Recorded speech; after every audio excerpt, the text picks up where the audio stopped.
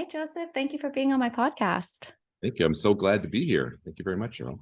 Yeah. So tell us a little bit about your journey and how you got to be the artist you are today. So my artist journey is a little bit unorthodox. I actually started my career in advertising.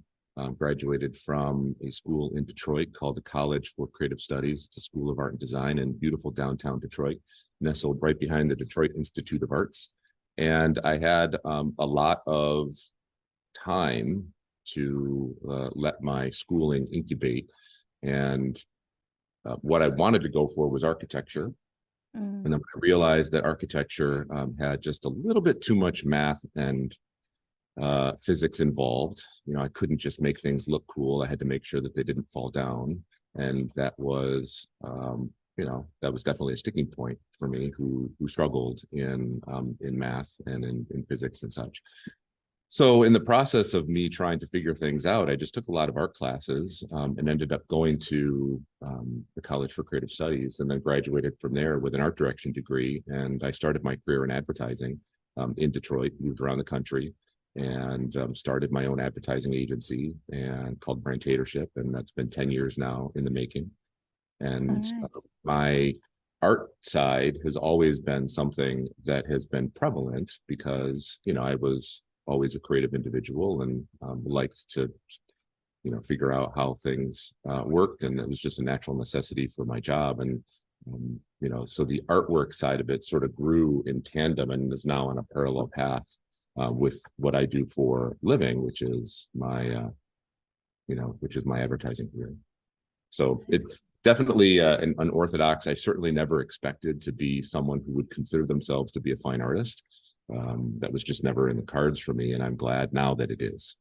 Me too. I love seeing your work, and I was really captivated by your work because my son is really into Marvel comics and just comics, and I would go to the movies with them and, you know, watch everything about and be in that world with him. And so when I watch you create and see what you do, I find it really beautiful and fascinating and so detail oriented. How did you get into, like, what inspired you to create that type of work? Well, I think in the life of a creative person, your brain is always on for good or bad. And growing up as a child, I never really collected comic books. I did some, but I certainly wouldn't consider myself to be a comic book collector. But the ones that I did collect, I collected strictly for the artists that were drawing the particular issues that I was collecting. I was a really big fan of George Perez growing up, or Brian Stelfreeze, and their just illustration style is something I gravitated to. So I would collect some of those, and just to do things properly, I put them in plastic sleeves and had them in a little box. But the box that I had was very, very small, and it had been sitting in my basement for years.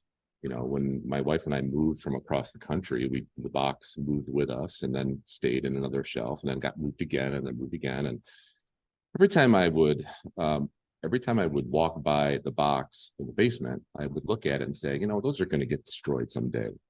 I'm going to eventually throw them out because of mold, water, mildew, whatever. And then so I thought to myself, well, if they're going to eventually get destroyed someday, I might as well be the one who destroys them. So I pulled the Mm. box up, and then I saw I was inspired by some people who had done some stuff similar over in Europe.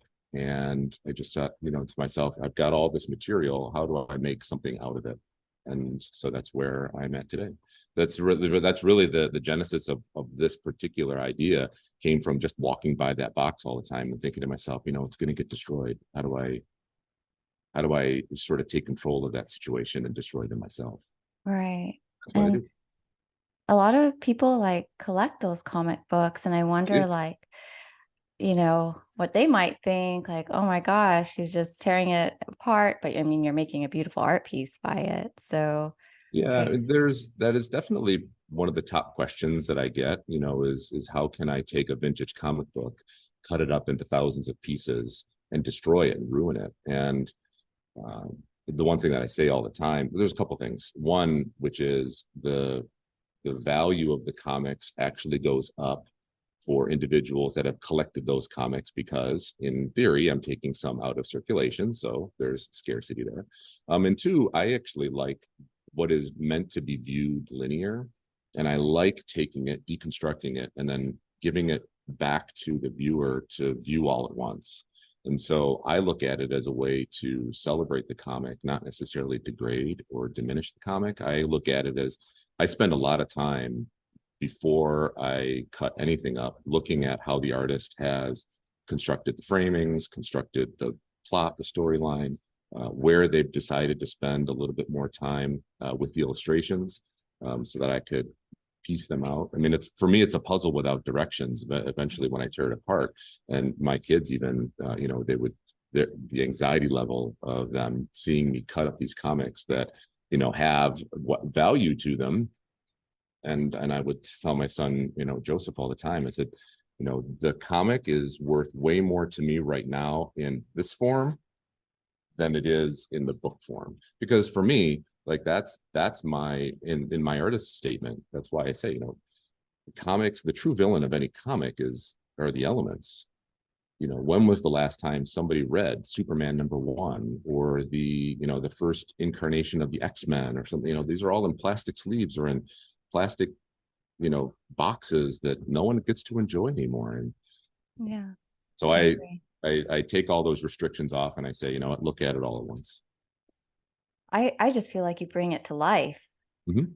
and make it a lot more interesting and fascinating in my point of view. I mean, you're turning into a masterpiece, and I just love seeing your process and just all the details you put into it. And I know a lot of artists sometimes they get annoyed by this question, but how long does one piece take? And I know it depends on the size, but what is your time frame on Yeah, I mean, it does depend on the size. I think that's true in any artist, no matter what medium you use. I think you're exactly right, Cheryl. I think that certainly is that case. But the way that I work is I actually take certain storylines and I recreate those storylines. So, for instance, the piece that's behind me right now with the Flash, like that's only the first 4 issues of the Flash comic that I use. I don't use any other comic as filler. Mhm. And so when I start to create a piece, I have to take into account, does the comic itself have the colors that I need to satisfy the piece that I'm making? Because, like I said, I don't use anything as filler, and I don't use any additional comics or multiple runs of the comics. So it definitely is something that is a puzzle without directions, because I only have so much red. Yeah. One of the things that I say all the time is, with a traditional artist, if you were to give that artist 10 ounces of every color in the rainbow and said, make something out of this, any artist will be able to take those colors and paint something beautiful. But if the moment you use some of the red, also the black, the yellow, and every other color starts to go down, that's where the challenge for me comes in, because comics are inherently two-sided. So whatever I use on the front, I sacrifice on the back. Mhm. So I have to make sure that as I go through, I'm not um, preventing myself from being able to use that color. So all those things factor into the time. So back to your original question, how long does it take? It really is an open-ended question. Some of them are very easy to create, and it's maybe a 6 week process. Some of them Wow. have been much longer than that. My largest scale one, which I've titled War of the Gods, which was a recreation of the issue #1 of the War of the Gods, which was published in 1991, which featured 25 separate comics to recreate the first issue. Took me 2 years to do. Now, it wasn't me working on it solid, because I started it right at the beginning of the pandemic. But if I was to do that one solid, it probably would have taken me close to a year, because it's all hand cut. It's all Yeah. hand cut with an X-Acto blade. There's nothing that is done by machine. And so when you're talking about fine little details, there's sometimes I'm cutting a little piece that is less than a 1/4 inch by 1/8 of an inch in size, because it needs to be in a specific spot. And so, it definitely gets to be there. But the time question is a big one, because that's the true nature of any artist, right? That's our only one resource that we can't get any more of. And so whatever we decide to devote our time to is it needs to add value, needs to fill our soul, and so forth. So yeah, I definitely see the love you put into it. And yeah. actually Flash is my son's one of his favorites. Yeah, he loves that character. Um, how did you find your style, and what advice do you have for the creatives out there who are struggling to find, I know in the beginning I struggled myself, and I had other artists help guide me on, how to find that certain style and originality. I think that style is something that you cultivate over time. I think it's not something that you come right out of the gate and say, this is my style, this is what I'm doing. It has to be something that's curated over time. I can look back on my career now and know all of the points, all the divergent points that allowed me to get to this. But there's no way that coming out of school I would have been able to do this, because I just didn't have I just wasn't mentally there ready to accept that ability to have that come into my life, right? And so I think that it's really, when trying to find your style, you just have to hone your craft, and you have to do things that you enjoy doing, so that way it sets you up into areas where you can get lucky. And I use that term lucky because people that are lucky are people that are in it every day. And it's considered luck, but it's really, it's just a product of doing your hard work all the time.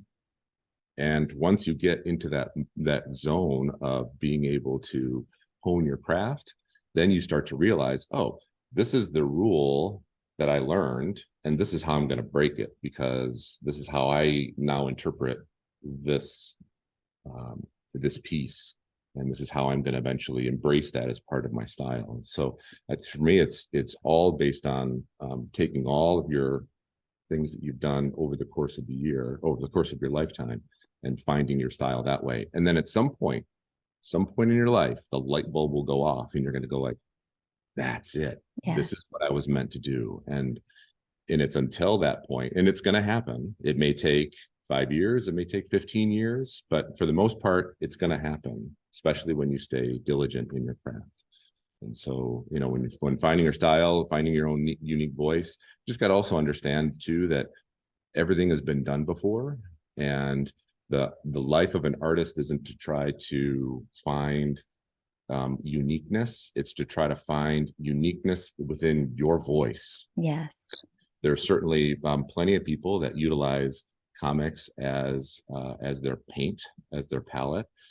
My interpretation of that is I take storylines, complete storylines, and say, this is a reinterpretation of this.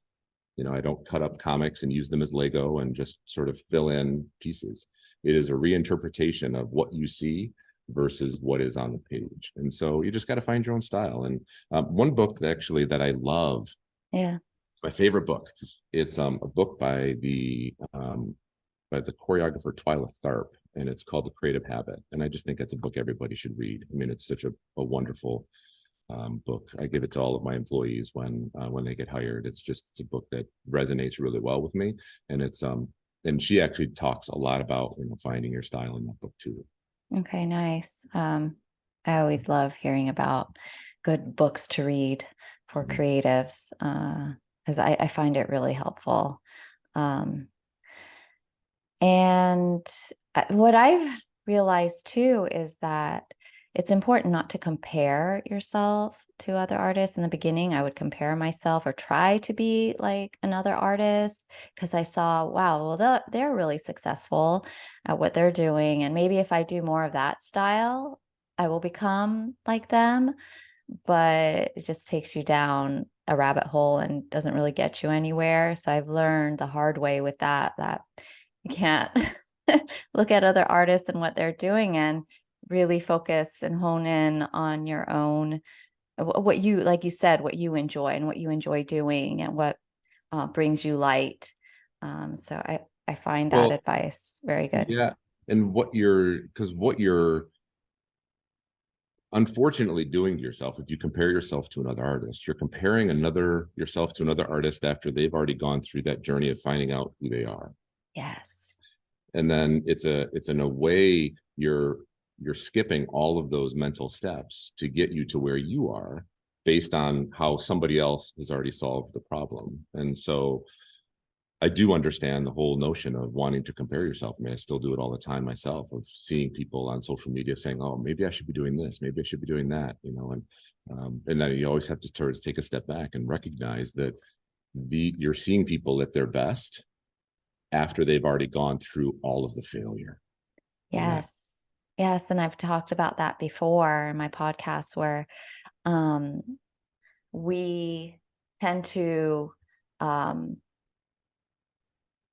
look at what everyone else is doing and the end product, if that's what I want to say, the end product, and haven't seen all their struggles or like when they've made it, but we don't see all the years that they've put into their craft.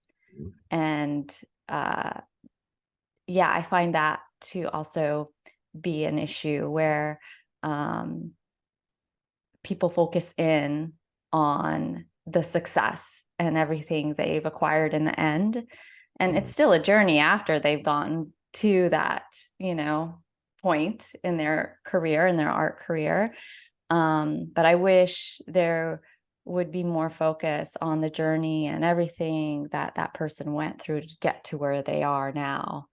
Um, yeah. yeah, I love watching other artists show me their process. Mm-hmm. Love seeing how they've deconstructed something in an attempt to make something look so effortless in the end. Like, to me, I find that to be fascinating. And so I completely agree with you. Yeah. Yeah. Did you ever have any like limiting thoughts or fears becoming an artist? Well, I think every artist goes through the feelings of, is this something that I should be doing? Is it going to have a voice? Is it going to resonate with people? Am I doing it in a vacuum? I think every artist has those. Yeah. I think that's one of the things that is a good thing, because artists are always having to be introspective, and I think there's a way that's a very healthy thing for artists to be in. I'd say for me, one of the biggest things for me was just was utilizing somebody else's work as paint, and I think that was a big barrier for me, to say, like, is this something that am I breaking copyright laws? Am I breaking, Mm, is it something that is a cop out because I'm not using a brush to paint the black lines when I do it? I am using some paint markers, and it's always sort of, again, putting myself up to this level of other artists to say, well, but they use a brush. So artists use brushes, so I should use a brush. It's like, no, it's not. Like, that's not the case. And no. like I said, every artist's journey is different, and how you get to that end result needs to be personal to yourself, because it's authentic and it's your voice, and so forth. But yeah, I struggled a lot with going to just utilizing other people's material, because I'm cutting out, images of the Flash or something, and that was drawn by yet another person. And and I went down to Art Basel in Miami, and some of my work was down there. And Nice. so I went to Miami just to see things. And I was really reassured by walking through those exhibits and those exhibition locations, and just seeing how people have interpreted pop art and how they utilize that to tell a voice. And I thought to myself, you know what, I'm fine, I'm good, Yeah. because there's a lot of people that have utilized individuals like this, and I'm actually paying for the copyrighted material. I can do what I want with that. I can store it in a book, I can burn it, I can cut it up into little pieces and use it in artwork, because I've already personally satisfied the copyright purchasing the comics. So. Right. Right. Do you have any words of wisdom for the creative spirits out there? Yeah, for me, there's a lot of little nuggets that I've always taken. Like for me, if it's offbeat or surprising, it's probably useful. If you are walking around and you see something that's a little bit odd, store it away, file it away because it's going to be useful. It's those little oddball moments to me that are the ones that are for me the most useful ones. The big one for me is actually um, drawing what you see, not what you think you see. I think Mm-hmm. there's I love to draw. I've always got a pencil at the ready, and one of the biggest things that people have always asked me is, I don't understand how you can draw. Like people for me are stick figures, and I said, well, it's a matter of just drawing what you see, not what you think you see. So if you were to say, if I were to put an apple in front of you, and I said, draw the apple, most people would take their pencil and they would start to draw, and then their brain takes over because they know what an apple looks like. They've eaten apples, they've drawn apples, they've seen them, they've picked them, they've drinking juice. And so their brain starts to draw what they think an apple looks like, not what the apple is that's in front of them. And then when they finally are done, they're like, oh, well, shoot, this apple looks nothing like the apple that's in front of me. But if you take the time to study the apple that's in front of you, you say, this negative shape has more of a flat side. Maybe it doesn't have a stem. Maybe it is, instead of all red, it's got a little bit of green on the side. And when you start to just really take notice of the environment that's around you, because essentially that's what artists do, right? We're noticers, we're disturbers of the piece. We take things and then if you start to just draw what you see, not what you think you see, then your success will be magnified 100%. I do think that's a very valuable skill. Um, and yeah. That's great advice. I never heard that one. I like it. That's good. And where can people find you and your work? So you can find me on online at the website, which is josephmayernik.com, JosephMayernik.com. There is all links to my work. And then also on Instagram, my current handle is Hero Collage, HERCOLLAGE. And I've been, working there for quite a while, and it's fun. I really love enjoying posting reels, posting my own process, because I think it's really important for artists to share again their Yes. struggles and their successes. So every time I cut my fingers, I usually, say this is another time I cut my hand, and my hands aren't necessarily too happy with me, but Yeah. it's And I just want to say I really am so happy I met you through the platform Saturday Night Live art shows, which I've talked about before.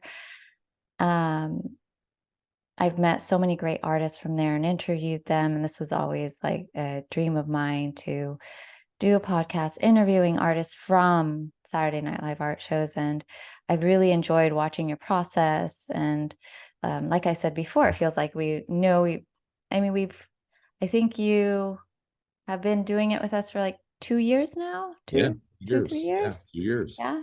yeah. So, it's nice to get to know other artists through there and to finally talk to you here and get to know you better in your process. So thank you for being here with me. You're welcome. I really enjoyed seeing all of the Saturday Night Live art shows. And that's actually one of the things for me as an artist that was very intimidating. We talked a lot about, seeing what other artists do and just the sheer presence and composure that, like, say, you or Brooke or Nicole, they just have on camera.